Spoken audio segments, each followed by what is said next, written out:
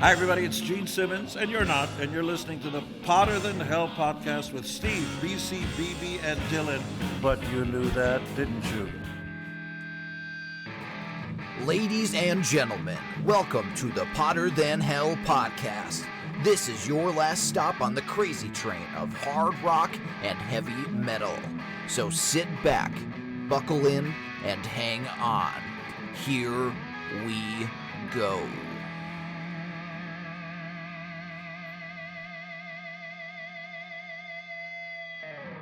Hello, Potter Than Hellions. Welcome back to the Potter Than Hell podcast. This is Steve, and with me today is a very, very angry BC and smiling, not so angry, BB, and work distressed, work stressed. Tired Dylan. All right, Tired Dylan. all right. How about you, Wrighty? I'm You're good. cool as a I'm- cucumber, but I'm excellent. you're like easy like Sunday morning over there. Beautiful day. I had this event I had to go to last night. I'm glad it's over with. It's I don't know. It was. I'll tell you about it later. It was weird. Everything's good. Everything's good. Glad to be here. We're here in the studio at the 62. Just the four of us today, which is not a usual occurrence anymore. We got BC. We may be a little yelling and screaming tonight, so we'll see. We'll see. And last week we had This Is Jeopardy! And let's hear from our winner. No, let's hear from our new award winner. How it was. He got the what's it say over there? The shitter award, the last place shitter award. So the Potter Than Hell podcast Jeopardy last place shitter award. Who got that? The guy who made it. I'll take it. What'd you think, BB? It was quality. It was good. I don't know. For some reason, my brain was not anywhere close to being in Jeopardy mode, or I'm just that, not knowing the questions or the answers. Yeah, it was a rough one. I don't know what happened. All right, let's hear from the first loser. What do you think? Fun as always. Like I said, we could talk and ramble shit off top of our heads like nothing, but when it comes down to actually doing it in the Jeopardy format, blankness. What do you think, Dylan? What was your thoughts? Well, the problem is that I am always in Jeopardy. My mind is always in Jeopardy mode. Whether that's the fight or flight response Jeopardy or actual Jeopardy. But yeah, I love trivia. I love doing games like this, and I thought the questions were fantastic. It was a fun time for sure. I enjoyed it. I was very happy that I got I actually got the finish the lyrics on two of them. He did. And I gotta say, I'm embarrassed for you two fuckers. Smoked by Dylan. Smoked by him. See, I know it's our tough. minds are like steel traps. For I know pop it's tough, but I want to see. I think BB's going to do the next. I am doing the next BB's one. going to do the I next already Jeopardy. have 2 categories. Okay, done. So whenever you get it done, I'll rearrange the schedule and we'll do it. Okay. And I love doing it because you'll notice when you start doing it that you got on a roll, right? Oh yeah, because the first 2, I'm like, wow, that was the first one I got done, and one of the answers like, and I did the other one like, oh, okay. So it was. Yeah, it's cool when you get on a roll. Now you realize you gotta, because there's those couple categories that we have all the time that you gotta keep the tradition up for those couple things. Yep. But and I gotta say, you guys, I hope you've seen the picture of the our awards. Poor BC didn't get anything. All he got to do was shake his head. But the award, the winner gets the MTV. Was it the Spaceman? Is that what they call it? The Moon Man. Yeah. Moon Man. And then the loser gets the Shitter Award, which BB made on a 3D printer. Is that what it's called? Yep. 3D printer. Awesome job. So you deserve to get that for coming in last, and you get to be the first recipient of that. See, there you go. And you made it. So there you go. I was the winner of our very first Jeopardy, and I was the winner of the very first Shitter Award. So okay, I'm pretty much done. See that? All right, he's in the. I'm in the Hall of Fame. He's in the Hall of Fame, baby. Hall of Famer. All right. This last week, it was cool. Very cool, actually. There's a. Yeah, Peter Criss Hard Rock album. He did an announcement of it on YouTube. I think it was Julian Gill from the Kiss FAQ podcast. He was, I guess, invited by Peter to go there and listen to the album. And I guess it wasn't like fully mastered, but it was all the songs. He said it was really good. Billy Sheehan plays on it. I think John 5 plays on it. So I have a little bit of hope. I have a little bit of skepticism, but it'll be cool. So I wonder if he's going to play drums on it. If he had played drums on it, because it's already finished, I guess. So it's going to be interesting to see. Julian did a great job. Think what you want about Peter Criss or whatever. That had to be an honor for Julian to be invited to do that, because Julian lives in San Francisco and Peter's in New Jersey. So like he, I don't know whatever travel arrangements are made, whatever, I don't know. But like shit, if he lived in fucking Japan, I'd fly over there to do that. So I think it was quite an honor for Julian. He was very humble about it, and what I like is too that he didn't really give away the store though. Like he announced that Peter was sitting there when he was doing it, and I'm sure they had a shooting the shit, and I guess he went to church with Peter before they did all this thing, and so apparently it was either Sunday or Saturday, and so I think it was very cool. I'm optimistically excited to hear this. It's it'll be cool. I hope that hope we don't have to buy a bundle to buy this album. So, congratulations, Julian, and it's going to be kind of cool to see something from Peter Criss. I mean, we haven't heard from him musically other than playing. He did that farewell show, and then he just played a show. He got some kind of lifetime achievement award, and they did a kind of musical thing, and he played a little bit. So I mean, it's good to see him active, and I think it's just the best thing that he's not involved in all the Kiss bullshit. Not being invited to the final shows and not being invited to the final tour. He's very, I think he was just very not getting into it. You know what I mean? Very respectful of his legacy. Didn't tarnish it at all, pissing him on him that he wasn't invited. And so I totally respect him for that. What's your thoughts there, Dylan? Yeah, I respect this quite a bit because, everybody always shits on Ace and Peter, but like they're putting out something new. They're like still creating, and they're not like Ace kind of gets into it, but like you said, Peter very much kind of above it all, not really swinging fists at Paul and Gene or anything like that. And I respect that, and I respect also that he had a witness to the new music, unlike Vinnie Vincent, who it's like, oh yeah, I got new stuff, and all this all this stuff coming on. And hey gang, recording Dylan here. We had recorded this before Vinnie Vincent Invasion had released all of those teaser tracks on Facebook, so that comment didn't age as well as I would have loved for it to age, but rest assured, we will be talking about the Vinnie Vincent Invasion music in an upcoming episode, and we'll give our thoughts. So just wanted to let you know, this was just me saying something, and then a couple days later, immediately being proved incorrect. And I apologize to Vinnie Vincent. He did put out music, finally, for us to hear. So, retracted, Vinnie Vincent. But maybe we'll have other things to talk about. Okay, back to the episode. Like, I think I currently have the most respect for Peter of the original members of the band, I would say. Yeah, that's. I think that's how I want to put it. What do you think, BC? I watched the announcement. I mean, interested. Not getting too excited. Musicians sound good, so I mean, hey. But again, not pushing the pedal down. Feel good. I agree. Peter's been very quiet, not crying. But hey, you made your bed, sleep in it. Don't cry about it.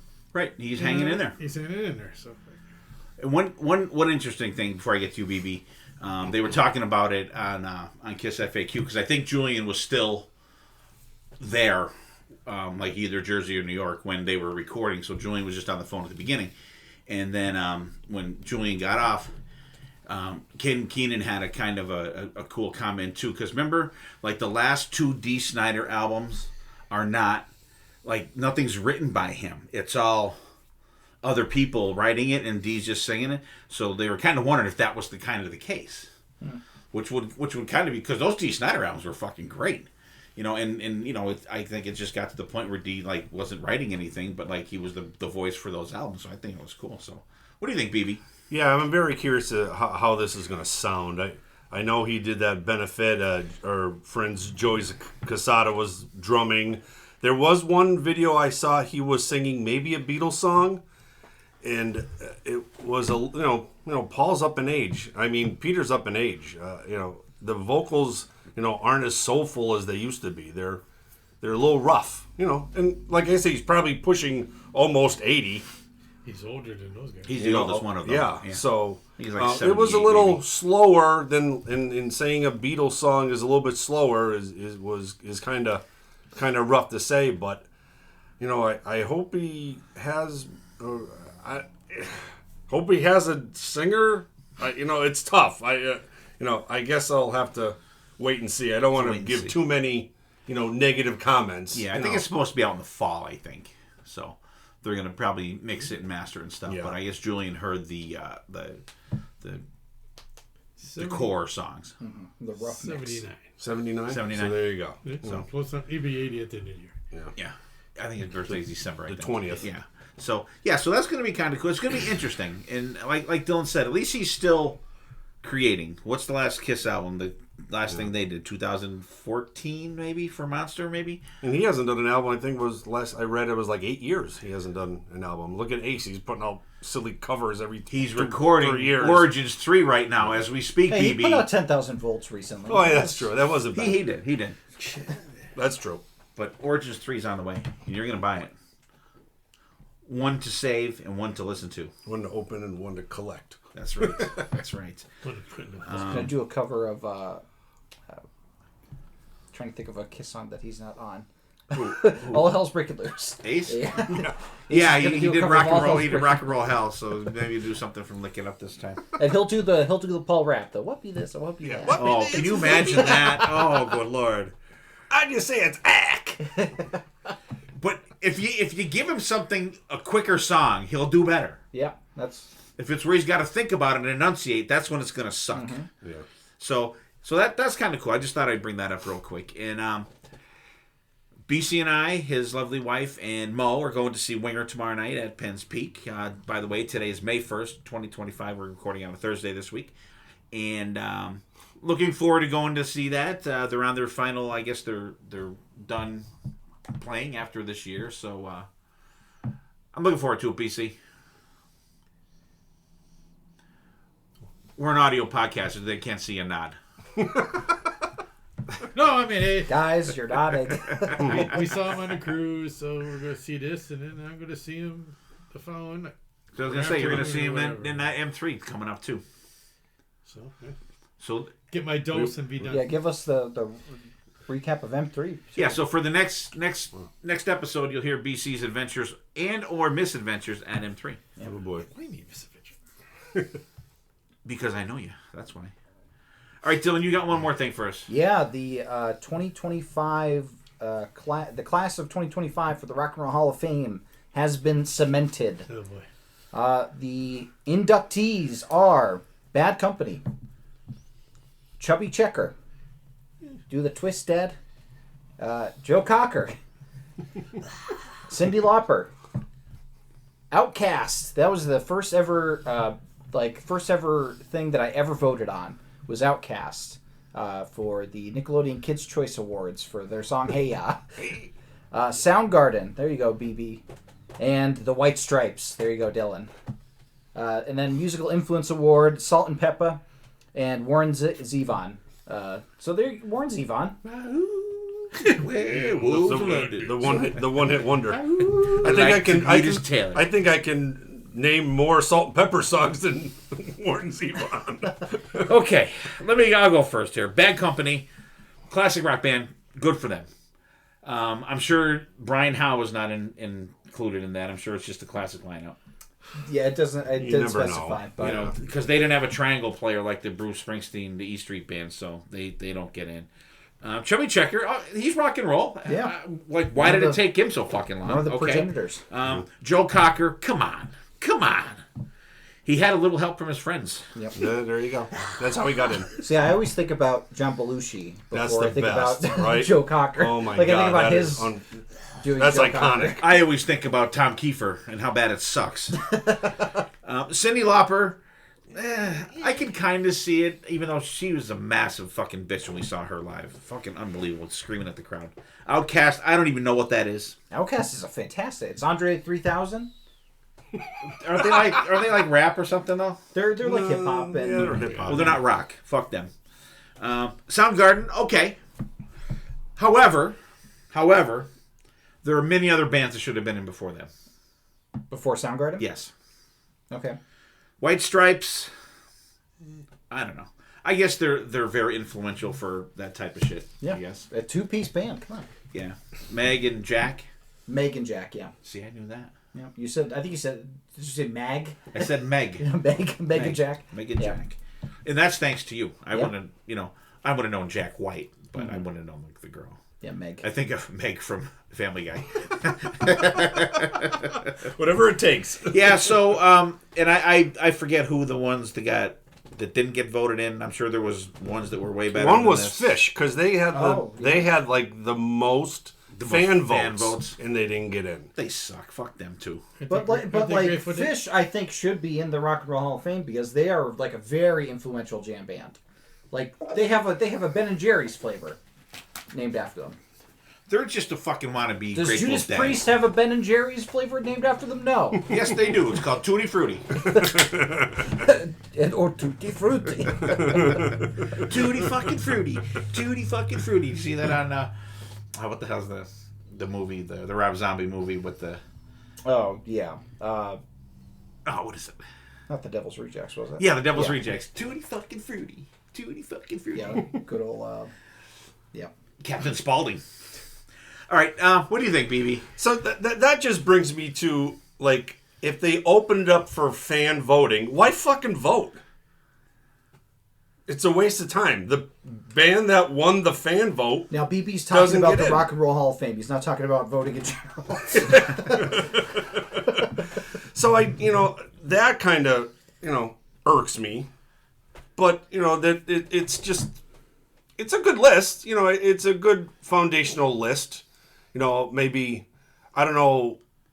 The probably the earliest band there is the White Stripes. I don't know when they started, but Chubby Checker. no, I mean I guess I mean like latest. So are they even 20? They must be 25. It was years since like their first. 2001, I think maybe their first one came out. Yeah, so this is probably their first time on the ballot. 25 years they released an album. I think that's the only one that's meh.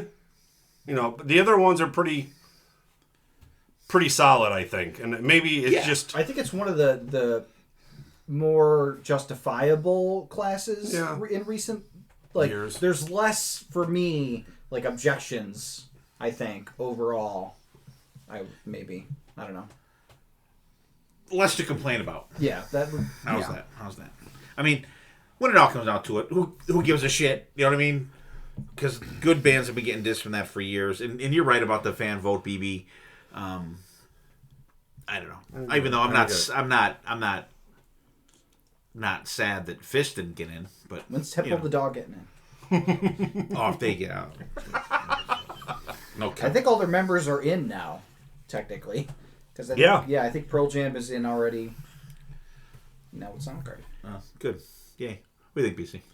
Who'd you vote for in there? Nobody. Rock and Roll Hall of Fame's a joke. Number one. At least Bad Company. That's a rock band. Was it Chubby Checker. Chuck Berry's been in for. He was probably the first class. At least he's rock and roll from back in the day. Sure. Which I can let that slide. How many times did you do the twist, BC? Once or twice. every day when he gets out of bed. You say you just opened your bottle of beer, And you it did the goes twist. like this. But Soundgarden, I mean, they're rock and roll, at least a little more modern rock and roll, I would say.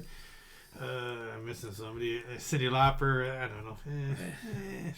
White Stripes. White Stripes. Outcast. Yeah, White Stripes is, I guess, the rock and roll of today. Yeah, I think I give it to them. They're influential for the bands that are out now. Oh, no, yes. And I mean, like I think Dylan said, at least there's a list of not like people who have nothing to do with rock and roll. Right. At least this is the most rock and roll list. Right. Like Outcast. Like I mean, Like last year, you had like Missy Elliott. Yeah, and, no, come on. You know, you talked about Salt and Pepper. Like there's so many different avenues that Rock and Roll Hall of Fame is under now. I mean, I guess Joe Cocker, that's like folk rock, maybe. I don't even know what he's considered. He was big back in the day. I mean, I know. it wasn't our cup of tea, but He influenced Tom Kiefer. I know. Tom Kiefer to do the song. You can every see night. that influence right there. especially at the end of the show. Yeah. He looks like he's Save the That's best good. for last. That's good. It plays gets us it out every early. show. We can beat the fucking traffic. He looks That's like not he's taking a influence seizure on at the. That's why he doesn't come out of his cabin on the cruises, because he thinks I'm going to be there looking for him. Play that fucking song and kick your ass. I'll push you overboard. All right. Yeah. So it is. You're 100,000,000% right, BC. It is a joke, but it is. It's. I think it's a fun topic to talk and bitch about. Oh, yeah. You know, Yeah, it's just. God. It's ridiculous. It really is. I mean. But I like that there is a like heavy metal Hall of Fame that the guys from the Metal Voice do and stuff. I like That's that, and I mean I think that's very cool. That And I'd be fine if they call this the Music Hall of Fame. Oh, absolutely. You know, that way you can have. Yeah, I mean everybody. like Cyndi Lauper, she's pop. She's not rock. You know, White's. You know. She made a lot of girls dress a certain way back in the day. She didn't influence. Yeah, like they crawled out of a fucking. Remember that refrigerator time box. you used to wear rubber bands on your out of your Yeah, face? Captain Lou Albano. Like Captain Lou I Albano? remember, I did. big Captain Hawaiian Lou, shirt? baby. Captain I Lou. remember BC had bandanas Billy tied Billy around his Bay. thigh and rubber bands hanging out of his face. Come on, do the Mario. All right, that's always a fun topic to talk about. So before we get going into it, what have you been listening to, fellas? How about you, BC? What about you? What do you got? Don't say fucking Dark Chapel. I've been listening to a lot of Dark Shot. No. They're banned. They're banned from this podcast. You're banned from the store. This past few days probably been The Hunger. In Hotel Diablo. I've been digging into the old ancient iPod. Is that what it is? Mm-hmm. Okay. Just digging through that. There are two things that stick out in my mind. I think the Hunger. Alex Grassi, right? Yes, The Hunger is from like way back in the 90s. Is that still him? 96. Is that still him? Currently? Yeah. No, I mean The Hunger. I don't know. No, The Hunger is like, Oh, okay. they're more like a zombie, Rob Zombie Oh, type. okay. All right. You got a vibe lately with like the 90s horror like rock. I'm gonna start watching the Hammer films. Yeah. How about you, BB? So recently, I've been really delving into these online bootleg vinyl things on Facebook. And there's a couple guys that are out there that, they get all their stuff from Japan and Germany and, Italy and all this other stuff. So this week, a couple of them had this album. It was a Pyromania, Def Leppard, Live at the Forum album. Real cool. The vinyl's like funky puke green. It has like a white tiger, panther on the front cover. It looks really leopard, maybe a leopard. I don't even know. It had stripes on it, so I'm going to say it's like a white lion like on a Siberian tiger. Got a white Got a lion white on it. lion on a Def Leppard album. I There's a couldn't black understand tiger. it. But it was live from the forum. I'm like, and it's a soundboard recording. I'm like, well, where is this coming from?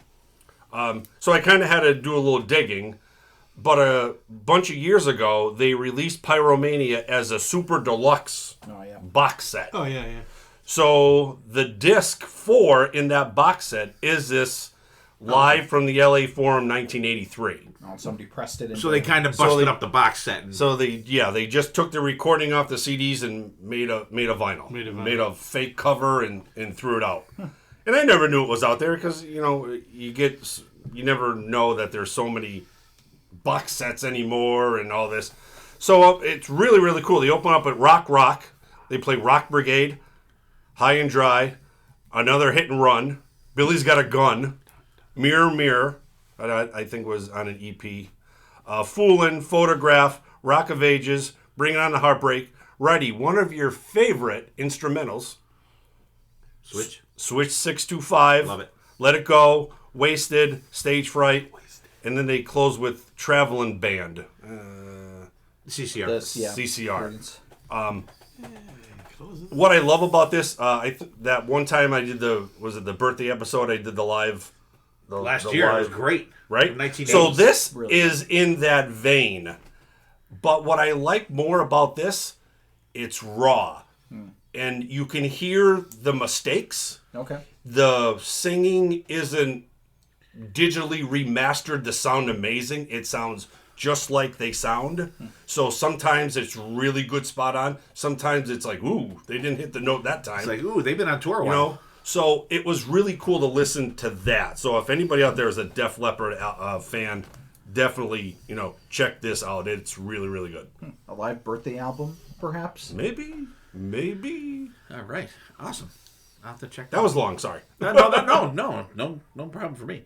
I'll go next. For me, I was kind of going through my looking through my Apple library because I write down all the new albums that I check out. So I was going through there to make sure I didn't miss any, and I came upon the Triumph tribute album that's coming out, and there's 2 songs that are released on that already, and it's bear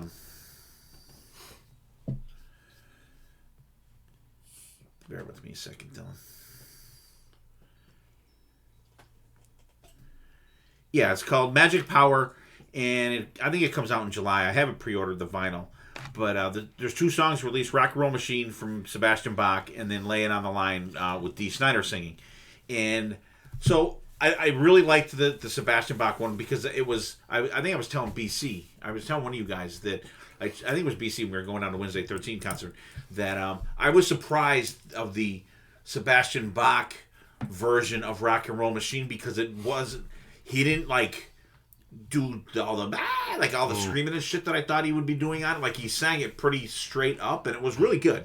The Dee Snider one, Laying on the Lane, was really good too. I see that Sebastian Bach has another song he's going to be doing on there too. At the number 1. Oh, 24 hours a day, yeah. Ooh. So I have that order, but then that kind of launched me into one album that is kind of a forgotten album from these guys, Surveillance. Came out in 1987, I believe. It came out right after Sport of Kings. I'm not even sure if they even really toured for it, but solid album. If you like Allied Forces and Thunder 7, it's right along there. Because when you get into Sport of Kings, which is probably my favorite album, but it's a little mellower, which I'm not sure why I like it the most, but I think it's probably because I saw them on that tour. But Surveillance kind of goes back to the more rocking stuff, and I hadn't listened to that in a long time, so I checked that out. And after seeing the Wednesday 13 show, the album came out right after the week after we saw them, the album came out. And so I checked that out, Mid-Death Crisis, very good. The new Heat album, Welcome to the Future, I thought was really good. It didn't blow me away, because I still have visions of Eric in my head. And BC's got the mechanical monkey going over there. And I'm hoping Dylan will comment on this when he does, because I know he had checked this out too. The new Ghost album, I'm not completely sold on it. It's okay. It's not as hard rock as the last couple have been. I think it's kind of a little more to the pop side of them than the last couple. I liked it, but I didn't love it. But it has potential to grow. So that's what I got going. How about you, Don? Well, I did listen to the new Ghost, Skeleton. And I agree with you. I think it's one that I like, but I don't love. There's moments on the album that are yeah, this is what I want from Ghost. There's a really good keyboard solo in Marks of the Evil one that was like, ooh, that hits. I really liked the back half of the album, not the last track, but the back half of the album. The last track is another like kind of slow like one, but yeah, it's definitely not to the level of like Impera or Prequel for me. I mean, those are albums that like front to back I love. So it's going to be tough to top those. And I like Skeletor though. It's good. I don't think it's going to be end of the year. It's not great, but it's good. It has some good moments. I listened to Suicidal Tendencies' new song they dropped, Adrenaline Addict. Musically, I loved it. Vocally, there's weird kid vocals in it. Bob Ezrin produced it. That's what I'm wondering. But like, look at that single cover. Like that is awesome. Cool. Yeah. And like there's all these like different like hypodermic needles, and each one has like a different like adrenaline thing, like metal music or like skating, and like it's like really cool. It's like a mohawk on the skeleton. Yeah, really cool. So the vocals I didn't like, and then I listened to Mid-Death Crisis as well from Wednesday 13. Kick-ass album. This probably will make my end of the year list. I loved it. I was saying before we started recording that I think it was a waste of a Tame Me Down feature, because you cannot tell the difference between Tame Me Down and Wednesday 13's vocals. But like rockin', awesome, like punky. I love the wordplay always with Wednesday 13, like decease and desist. Come on. BC was singing Decapitation earlier, and that's another catchy one. It's just great. Like if you're into like like the Rob Zombie like 90s horror like metal kind of thing going on, Wednesday 13's a really good shout. And I found out that his first live album, which is called Fuck It, We'll Do It Live, which is a Bill O'Reilly reference, right, recorded at the Croc Rock. Oh yeah? Yeah. Oh, no shit. Yeah, so his very first live album, he chose Allentown, PA. Oh, cool. To have as been there many times. That's not even open anymore. It is not open now. I think he tore it down. I don't know. I heard different. They tore it down, or did it burn down, or was that the? I don't think it burned. It burned. It burned. I don't know. Yeah, I don't think so, but I think it's just close. We saw some good shows there over the years. I think BB is going to be the spoiler on the Wednesday 13 album this year. I will give it 1,000,000%. Not Cookie Monster. No, but it's. No, I know, but it's not melodic bordering. either. It's bordering. No. It's bordering. It's you gotta think of what you're listening. It works perfect for the music. Exactly. It works Right. perfect. It does. Yeah. All right, so that's what we got going. I have some Triumph, some Wednesday 13, some Heat, and some Ghost. Some Suicidal Tendency, Wednesday 13 for Dylan. Pyromania Live at the Forum for BB. Unofficial copy. Unofficial. And BC's got The Hunger and Hotel Diablo, which I'm sure he probably threw a little Wednesday 13 in there as well. Here and there. Once he saw Wednesday, it was done. That album that shall not be named, he probably listened to that again. I was yelling at that guy. Decapitation.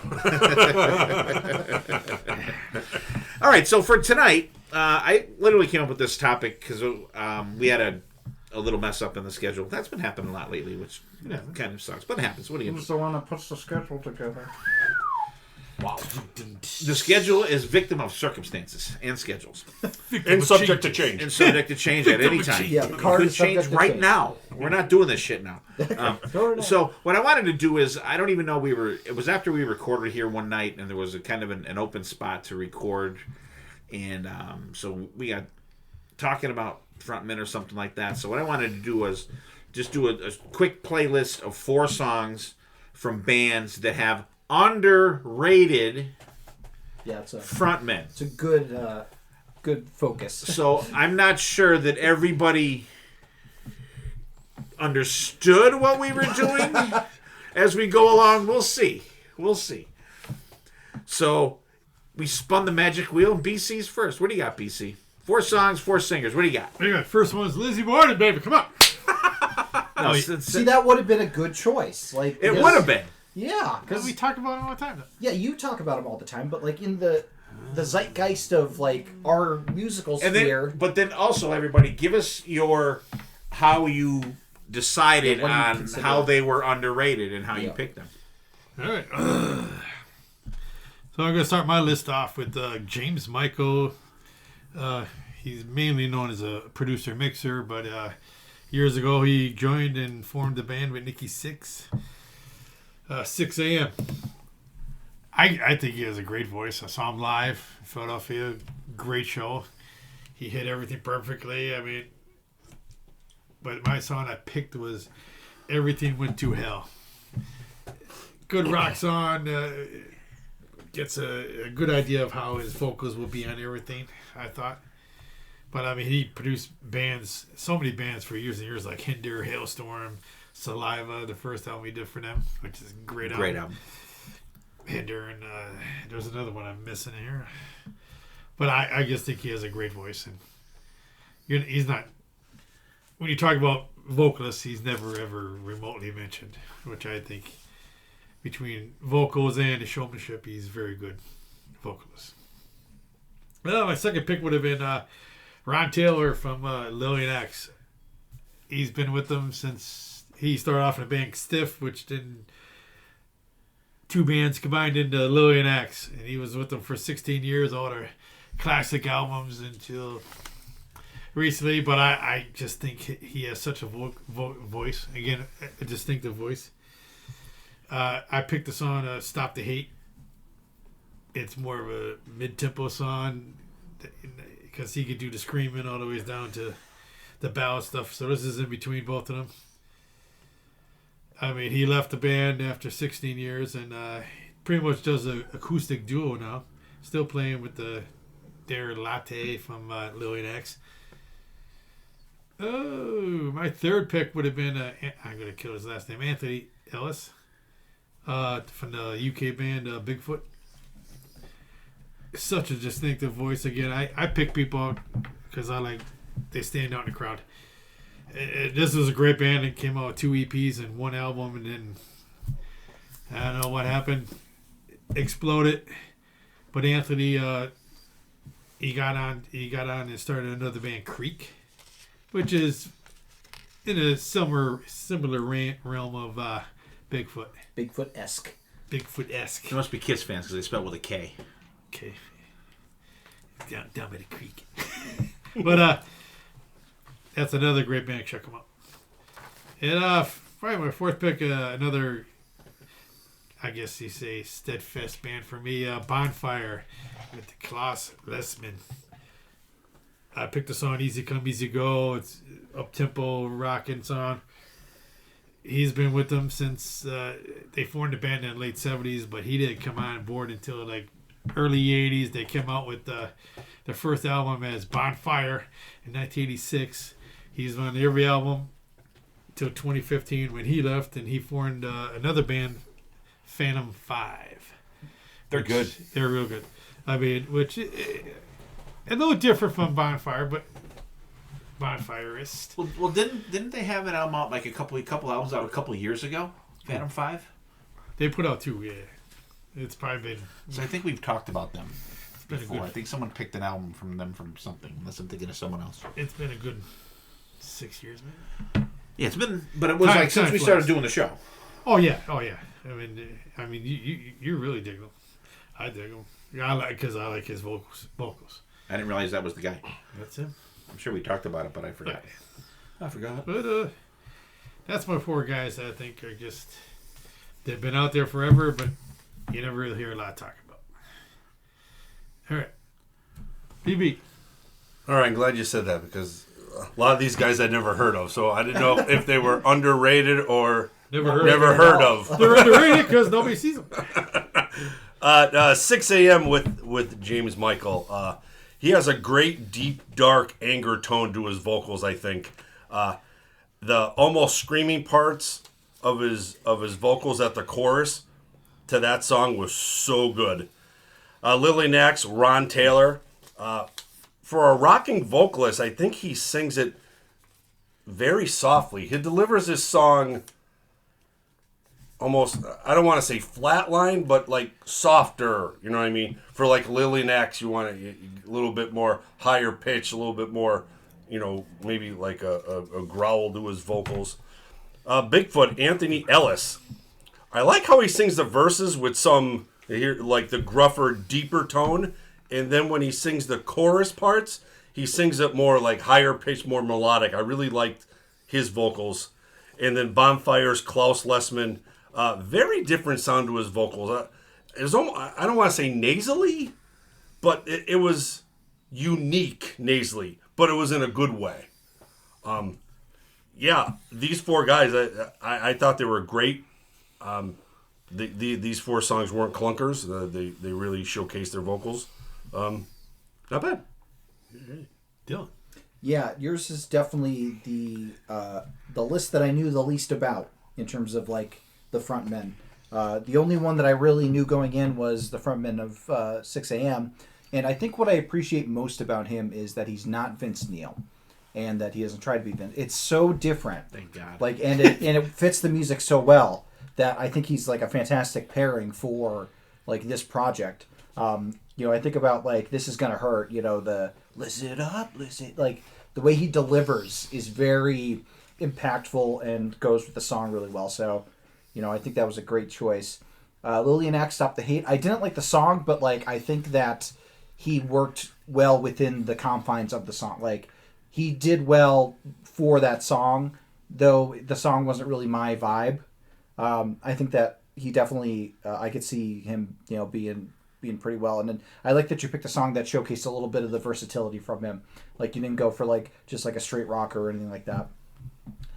With Bigfoot, Just Like Me, it's a similar situation. It definitely seems like the right man for the job of like the kind of band that they are. I could see him having like a bit of energy on stage, and it kind of comes out in the music. So that's another good one. And then with Bonfire, now this is a band from like Scandinavia, right? Germany. Yeah, from Germany. Yeah. Well, the bands over across the pond, they're just built differently. I don't know. Like they have this like, it feels like I don't want to call it a chip on their shoulder, but it feels like they have something to prove every time they do something. And I don't think you could ever go wrong with picking like a singer from one of those bands to showcase, because like they're always a band that like you'll see on a bill and like you'll be walking by and you'll catch and like it'll make you double take, like that's the kind of vocalist that I can kind of get from these guys. So that to me is definitely an underrated singer. So I thought you really fit the bill for underrated frontmen with your 4 picks. All right, Steve, bring us home. Okay, I'm going to go reverse here. Bonfire, easy come, easy go. So what I did was for frontmen, front women that we're going to talk about tonight is that I've never seen live. I did the song, so this is what I'm going to do for everybody's. I did the song, and then I went, and if I wasn't familiar with them, I went on YouTube and sought them out to see how they were live. So Bonfire, easy come, easy go. Tough to find some live Bonfire shit from back in the day, but I did find some stuff. So the song itself, steady drum beat. Talk about Deep Purple. Holy fuck. You could have plucked the beginning of this song right off of fucking Perfect Strangers. But then when it kicks in, it's a good rockin' feel to it, but then the Hammond organ kind of comes in throughout the song that kind of keeps it in that little Deep Purple kind of vein. Good rocking feel. The chorus is very singable. The song's easy come, easy go, by the way. Rock's pretty good. Some great soloing. Fun rocker. And I watched 2 videos of this guy, but it kind of seemed like it was one of those videos where like the sound and the thing weren't the sound and the video weren't the same. Like, you know what I mean? But I did a pretty good job of syncing up whoever did it. I thought he was great. The one right at the beginning of it wasn't this song. It was a different song. He went like right down in the crowd. He was right down by the barrier, hanging with the fans. He did this kind of little roll thing back on the stage. I thought he moved around well. I thought he was cool. Bigfoot, Just Like Me. I didn't get to look for anything for them time constraint wise when I started doing it, but we've talked about these guys before. And I like the guy's voice. They have kind of they came out like in that time where like Blackberry Smoke and like Rival Sons and shit were coming out. I think they have a little of that feel, but a little heavier, I think. I like the song. It's got some hey-heys right off the freaking bat. So there's like a little breakdown there. But if you listen to this song, there's a part that's it's plucked from some Heads Are Gonna Roll on Judas Priest. When you listen to that, there's a part in the middle, You know where they do the like the one guitar part, like at the beginning of the song before it kicks in. That's in this song, and then when you think it's over, it comes back on for a little bit. So I think it's little. They nicked it, I would say, a little bit, but it was cool. The song was okay. Kind of all over the place though. There was like a lot of different things that it kind of feels like about like 5 songs just smacked together.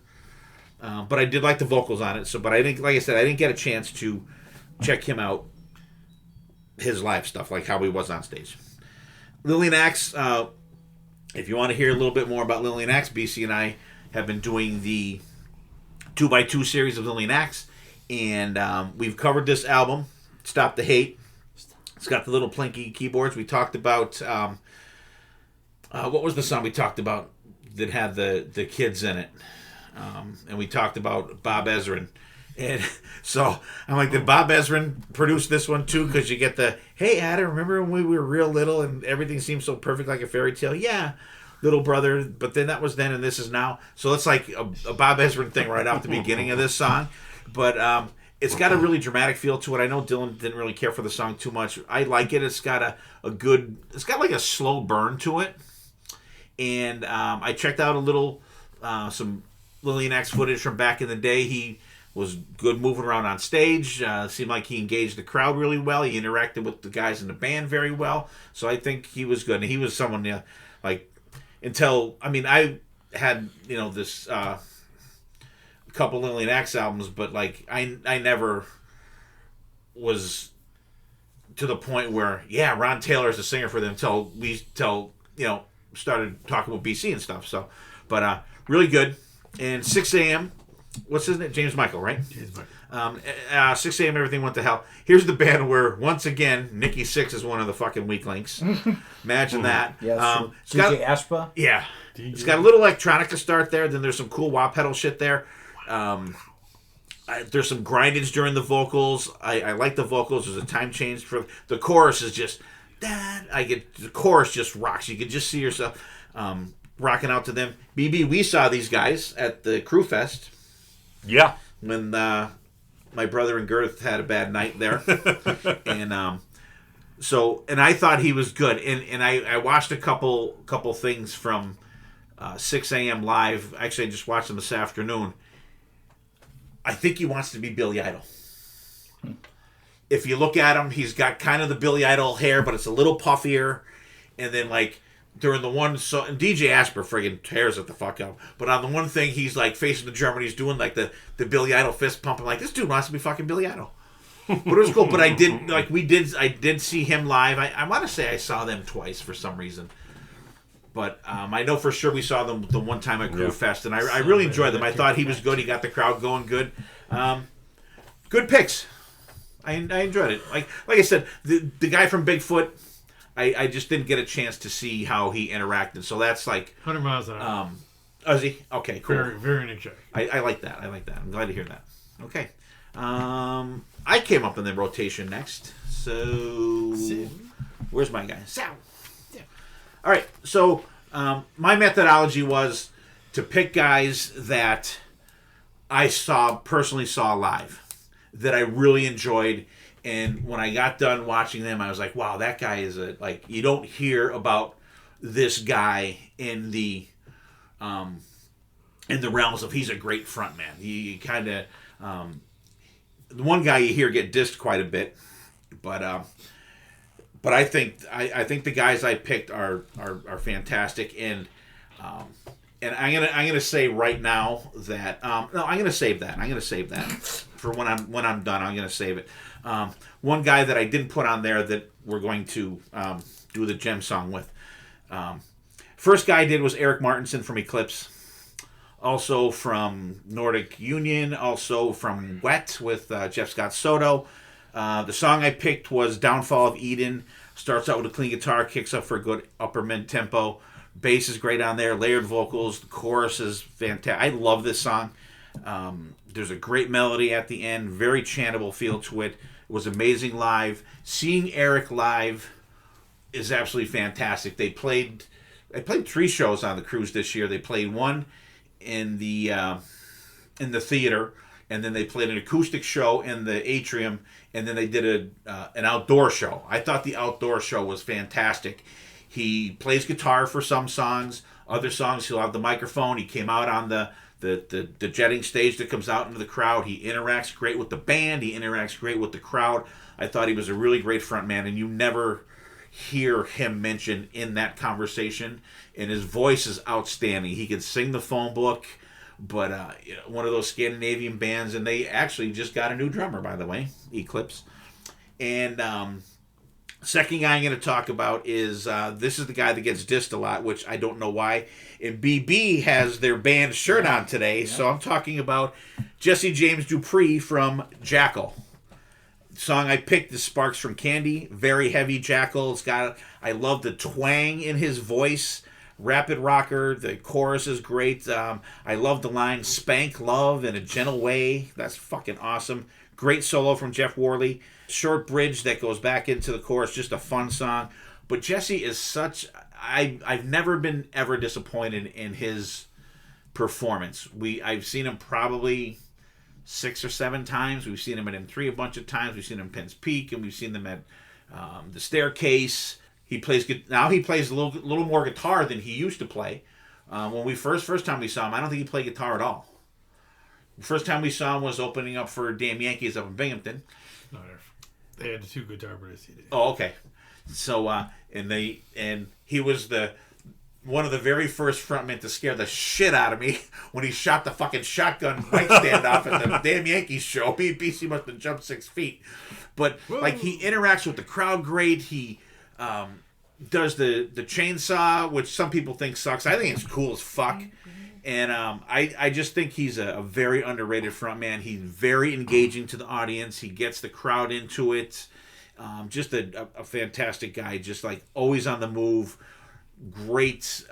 Seems like he's got a great sense of humor. He was on that Full Throttle show for the bar up in Sturgis, and just seemed like he'd be like a cool guy to just hang with, you know. And he was on the podcast. And he interviewed him a couple years ago. We did, absolutely. Right. So very cool guy. My third guy is Sully Erna from Godsmack, and the song I picked was "Make Me Believe" from the Faceless album, and just a great stomping feel, heavy, very heavy song. The chug for the verses is just friggin' killer. Awesome riff for the chorus. Some great drum fills in there. And this song's got what, BC? Talkbox. A lot of talkbox in there. Some talkbox during the chorus, and then you get it for the solos. It's fucking fantastic. Just the talkbox solo is short, but it's really good. Intense song. But we saw Godsmack a bunch of times. He is also another lead singer that plays guitar a lot more now than he used to back in the day. But first time I saw him, I know BC had seen them before, but first time we saw them, it was September 13th, 2001. So it was 2 days after the 9/11 attacks, and they didn't cancel the show. We went to the show. It was a very emotional show. They did the rah-rah stuff, which at that time, like, we kind of needed that, with mine and BC's professions at the time. But, like, he's always had such a great energy on stage. He's got, like a cat-like moves or something like that on stage, I think. He's always, like, kind of darting in and out. And we were actually at their concert in Wilkes-Barre where their live album and DVD were recorded. So that was another great show. I just think he's a great front man, whether he's playing guitar or whether he's just on the microphone. I thought he was just a fantastic and a great guy to watch. He's all over the stage, interacts with the band great, interacts with the crowd even better.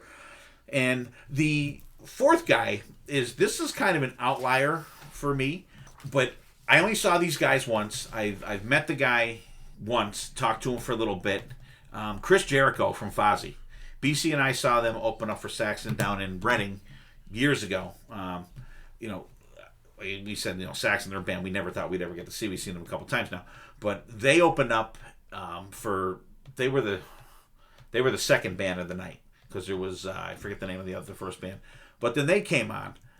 He rocked the fuck out. Holy shit. The song I picked was She's My Addiction.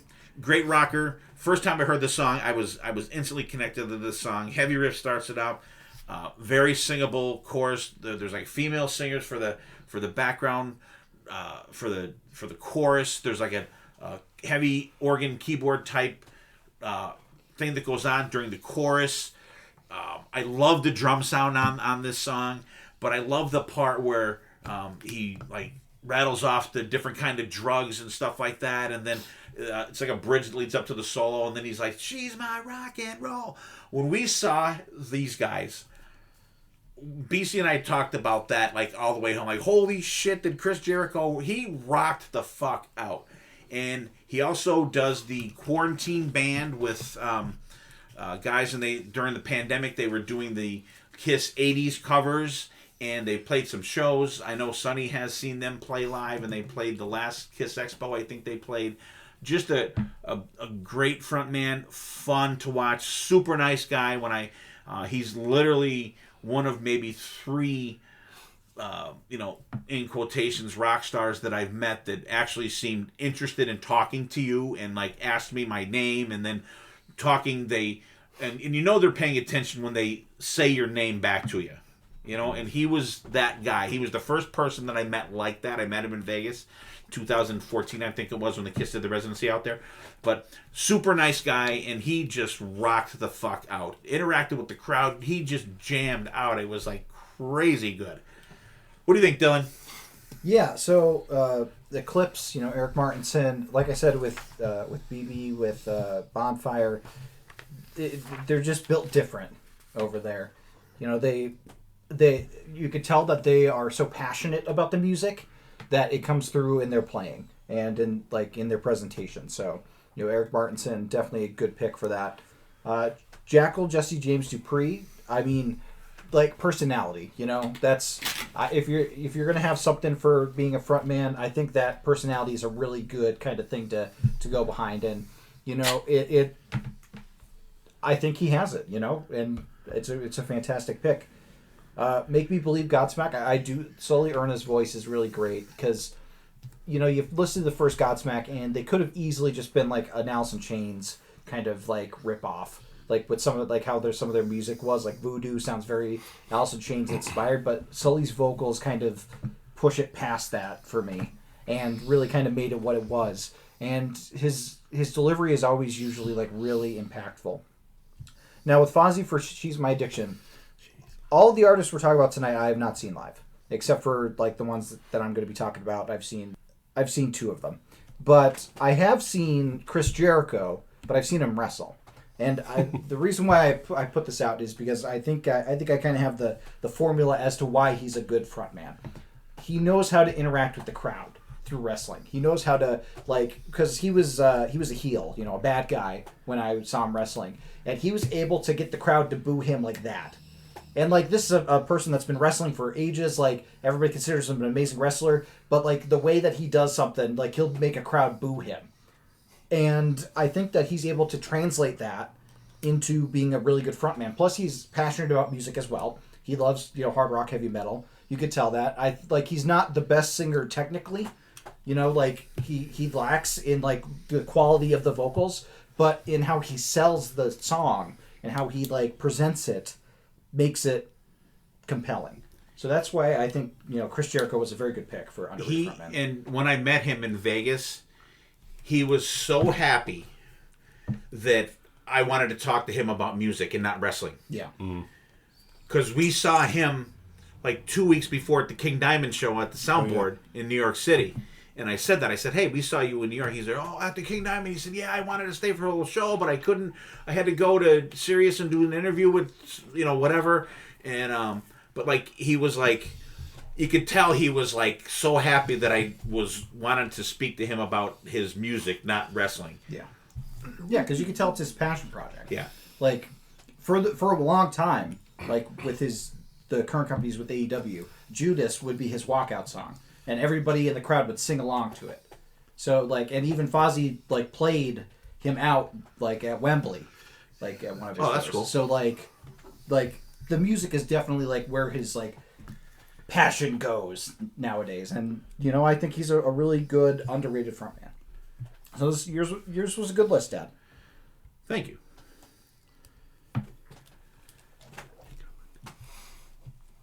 That was everybody. That was everybody. Nope. No, BB didn't BB That was or everybody BC but didn't go. go. Oh, BC That didn't. was everybody but BC? No, it was only you. It was only Dylan. No, you were the first one to go. You were the first Yeah, one. it was everybody. That has to go. Go ahead. Oh, I thought you said it was everybody that went. Okay. You're messing them up. Oh, All right, BB, go ahead, Mr. Jackal Shirt. yeah. This list is right in my bang zone. bang I love zone. these guys. Eric Martinson from Eclipse. Kind of like you touched on, Steve. We saw him a bunch of times. I saw him twice on the boat. Once rocking out, once acoustically. Perfect melodic singer. Super nice guy. I met him at the Atrium. Super nice. Got a picture with him. Want to know? He actually asked where am I from, so you know that's kind of cool. Jackal with Jesse James Dupree. You know, these guys. He's just great. Southern backwoods rock sound to him, and the certain pronunciations that he uses during the way he sings. Love all the stuff he releases. Not only the Jackal stuff, but his solo stuff is so good too. Sully Erna from Godsmack. I love his growling vocal delivery with this song. Then he can go from like a heavy screaming, then at certain parts, and then there's different parts when he goes a little bit softer, and he goes heavy right into the chorus, which is great. And then towards the end of the song, he kind of slows it down just a little bit. Right into like a nice, smooth, rocking vocal towards the end of the song, which, you know, it almost showcases his different levels of vocal delivery in that song. And then Fozzy, Chris Jericho, he's a great front man. Loved his stuff from when he came out, but especially I love there are certain tones he has. Sometimes it's like he's singing almost like a spoken word, then there's like an actual, you know, there's like a melody to his voice, and then the tone of it right before the chorus, that one maybe like 3 or 4 lines at that verse before the solo, just that tone that he sings in. I love that tone he uses. It really, like, it makes me listen closer to what he's doing. But like I said, these 4 guys are, you know, right in my bang zone. All right. We got BC. All right, Eric from Eclipse. I mean, we've seen him multiple times. I mean, everywhere from rocking shows to the acoustic show they did on the island one year. Oh, yeah, I forgot about that one. Don't touch base on this. I mean, these guys, they have passion. They're not getting up there, okay, we got to do a show because we signed a contract. They're there because they're having fun. Vocally, he is so... Vocally, he sounds great, and he's very personable, I guess. I get that vibe off him. Cannot go wrong. This is one of those bands that I go back to, mainly because of vocals. Jackal, Sparks from Candy. I remember Jackal first came out, like, Southern Georgia guys. And then they came out like, he had that Southern twang to his vocals, which, I mean, made him stand out in a crowd of a million bands out there. So, I mean, we saw him many times live. I mean, he's very energetic, very cool. I mean, likes to do the bunny hop. That's right. But, and going to Godsmack, Sully from Godsmack, I saw these guys at a local club before their first album came out. And I was like, wow, these guys not only rock, but Sully had this command of, and he was pointing out like, you over there. Like, Great description. He points out, like, you know, if you were over in the corner with your arms crossed, you with their arms crossed, what do you think? Yo, dude. Dude, come on.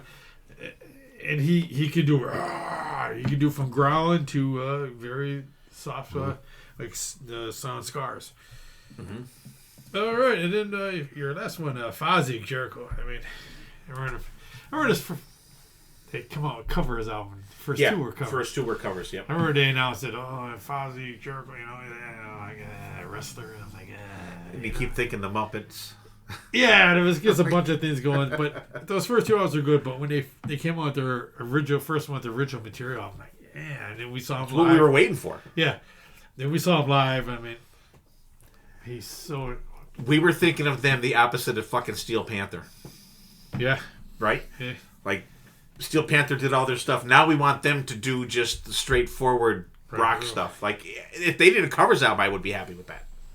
Yeah. Sorry to interrupt you. No, but I mean,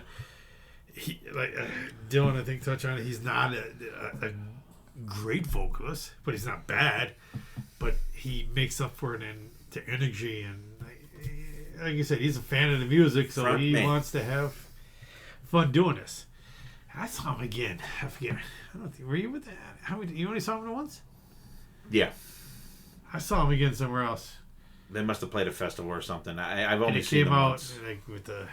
I got nervous because it was very electronic in the beginning. I was like, oh boy. Mm. But then they came when it was Jericho. But no, 4 great songs and 4 great guys. All right. So there's mine and there's BC's list. So before we get into BB's and Dylan's, we are going to play a gem song. And this is what I was going to say before, that I forgot about this guy, but I didn't. So none of us in this room, well, Dylan wasn't there, but none of us in this room knew this guy's name. One of these guys in this room hated these fucking guys. However, though, that's BB raises his hand, by the way. But then when we saw these guys live, this guy was an amazing frontman. He had the crowd in the palm of his fucking hand from the first note of the show, of any of their shows, to the end. Barry Mills from Massive Wagons. He was absolutely, for me, he was the highlight of the 2025 Monsters of Rock cruise. None of us knew what to expect. BB, he kind of didn't want to see them. He didn't want to see them, but he took it. And aren't you glad you did? He was trying to jump overboard. He didn't want to see him. I know it. Yeah. Now I know why Kiss released Alive in '77, whenever it was. Because it translates better. That's because I go back and I listen to the Massive Wagon stuff. I'm like, it's growing on me. It's all right, but it's not the live. It doesn't catch you right away. No. I say it all the time. Live music's so much better. So the gem song we're going to play this week is from the 2022 album called Trigger, and we got a little Barry Mills, killer frontman on vocals, and the song is Asshole.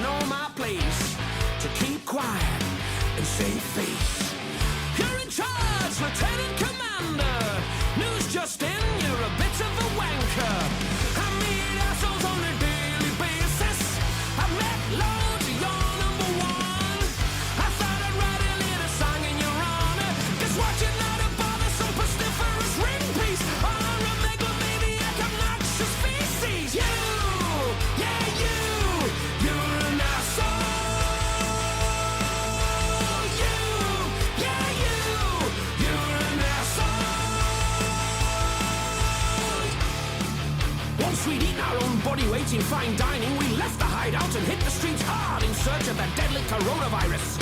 It didn't take us long before we followed the beast into a nearby strip bar. We battled the vicious creature for nearly 15 hours, forced to engage in a series of deadly drinking games. But it wasn't long before he pissed his jeans and the day was won. Hurrah! Back to the bus for a celebratory beer. A-S-S-H-O-L-E Asshole! H-O-L-E Asshole! A-S-S-H-O-L-E Asshole! A-S-S-H-O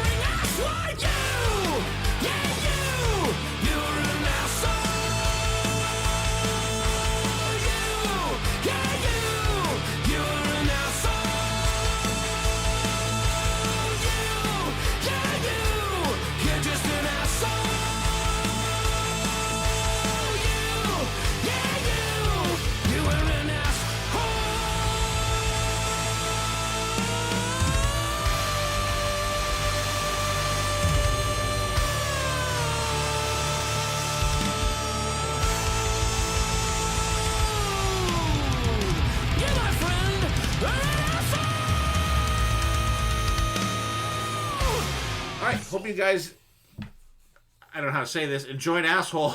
You could have said the singer's name. Or Barry Mills, awesome frontman, singing the song Asshole from the Triggered album in 2022. How's that, though? Good. And so, great song. I think it was great. Like I said, we all sang it together while pointing at Sonny Pooney when they were singing the chorus on Monsters Rock 2025. So, let's get back into the list. And Dylan, you're up, buddy. Okay, so my kind of the way my mind went when I heard underrated frontmen was, first off, I'm not going to pick all men.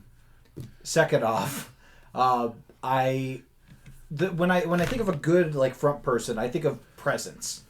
Like that's kind of the thing that I always take away from like a front person, whether it's like Dave Grohl, even on like the Guitar Throne, his presence and his energy from that presence is what like made him a fantastic frontman for me.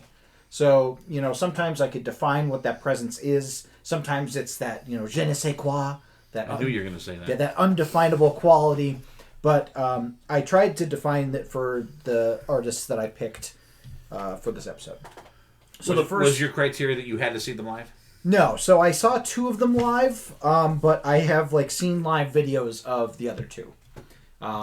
Because like I haven't seen like a lot of like underrated, like, because I didn't want to put Dave Grohl out there because I feel like Dave Grohl's pretty well rated at this point. You know, I was thinking like Peter Frampton, but like, you know, that would have been a harder sell. So, you know, I went from there. My first pick was the band Paramore. The lead singer of the band, the front person, is Hayley Williams. Hayley Williams was the first artist that I saw live that I was like, holy shit, how is she able to do all the things she does on stage and still hit the notes that she hits? She has a 4 octave range of vocals. So off the bat, amazing singer. But like the energy she has on stage is unparalleled. She's, you know, running across the stage, like playing with the crowd, like jamming out with the band. You could tell that they come from like pop punk. And the song I picked is Ignorance, and it's kind of a heavier song for Paramore off of their Brand New Eyes album. But it showcases how well Hayley could sell a song as well. Like there's kind of softer parts of the song, but there's also a lot of anger in this song that I think she really kind of projects really well. And when she did it live, it was fantastic. And like during the chorus, that would be like when the crowd would sing along. But like just her energy was something that always struck me when I saw her live at Hershey Park Stadium. So Terrible venue. Yeah, but she was fantastic, and we had pretty good seats. We were like maybe like 12th row. Oh, good. So it like really good seats.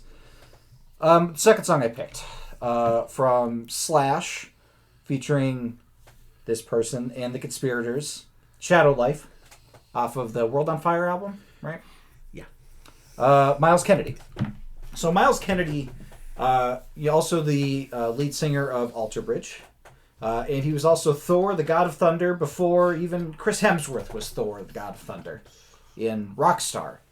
What I like about Miles Kennedy is his connection with the crowd, with the band, like makes you feel welcome, makes you feel like kind of a part of the show, and is able to connect with the Conspirators. He's so good that they had to feature him outside of the Conspirators. It could have just been Slash featuring the Conspirators, but it's featuring Miles Kennedy and the Conspirators. And I also like how he is able to do Guns N' Roses songs, not completely copying Axl, making it his own, but also I appreciate that he gives the rest of the band time to show, like, show their stuff. Todd Kern sings, Dr. Alibi, and sings some other stuff. Like, he's not the only one that's singing. He's not afraid, being only a vocalist, to take a step back and let the band do it. And especially a band that like features the guitarist as the main guy. This is who everybody's come to see. I think Miles Kennedy does a really good job of, being a frontman, because he doesn't bring all the attention onto him, but when the attention is on him, he manages to like share it with the rest of the band, connect with the crowd. And this song, I think, really showcases his pipes. That chorus is just so good. The shadow light will only break your heart. You know, he's got that like cool timbre to his voice, and like that riff is just one of the coolest Slash riffs of all time for me. The next artist that I wanted to spotlight is Corey Taylor, and I picked the song Nero Forte from Slipknot to showcase him. And the thing that I like about Corey Taylor as a frontman is versatility. I think that he is a really versatile frontman. I saw him with Stone Sour opening for Ozzy, and he was fantastic. He was great. He was chucking water bottles like they were going out of business. But like for an opening slot, he didn't talk too much, but he talked. Like he engaged with the crowd. It wasn't just song. It was like a little bit of a break, but like not too much talking. It was enough to like, you know, connect with the crowd, get to know them. But like his presence for Stone Sour is completely different than his presence for Slipknot. He's in a full mask. He has like this the cadence of Slipknot songs is so syncopated. It's almost like a rap sometimes, and especially in like Nero Forte, it's like da da da da da da. Like the pace at which he has to sing the songs, you know, and it's more of kind of like a yell a lot of times, but he does do the melodic, and I think he does that really well. And I really wanted to showcase him because I think, you know, you think about Corey Taylor, you don't often think of him as, wow, that's a great frontman, but I think he is a really good frontman for both Slipknot, for Stone Sour, for his solo stuff. I think he's great. And then my last pick is Lizzie Hale from Hailstorm, from the song Love Bites, So Do I. What strikes me about Lizzie Hale is power. There's a lot of power behind her vocals, behind her presence on stage. I think it's very difficult to be a good front person if you are also playing guitar and singing, because like there's a lot going on. You're not able to sometimes like engage with the crowd as much as if you were just holding the mic and being able to kind of walk over and, you know, hold it out to a crowd member. And I think Lizzie does a great job of that. And you cannot deny her vocals on Love Bites are out of this world.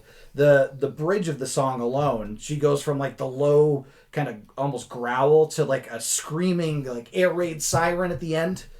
Amazing. And I think she is underrated as I don't think she's underrated as a vocalist. I think everybody rates her very well as a vocalist, but I think she does a great job as a front person in connecting with the crowd, singing, playing guitar, doing all that in one little package. So that's kind of my 4 front people that I picked that I think are underrated. BB, what'd you think? Yeah, this is a great list, and I appreciate how you actually brought 2 women into this. So I will showcase them first. Paramore and Hayley Williams.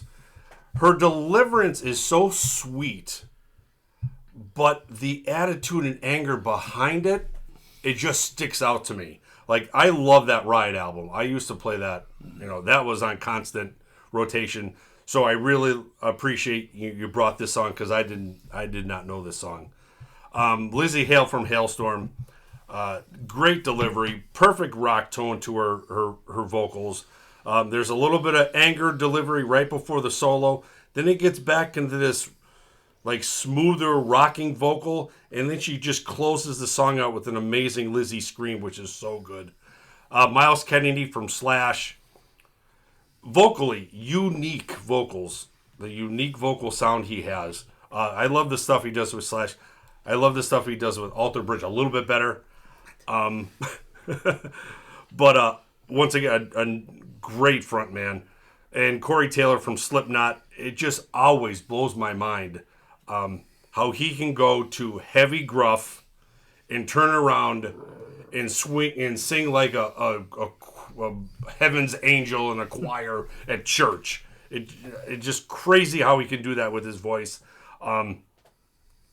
Corey Taylor, definitely an all-star, underrated frontman on this list. But, yeah, I appreciate the women on this list. Good job. Thank you. BC? Women. I want to say I've seen all these bands. Yeah. Paramore, when did they first come out? Oh, boy. 2005, I think. Okay, I've seen 72.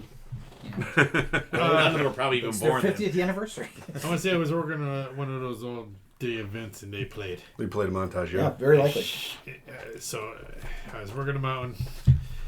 So her range is crazy, very powerful, very melodic.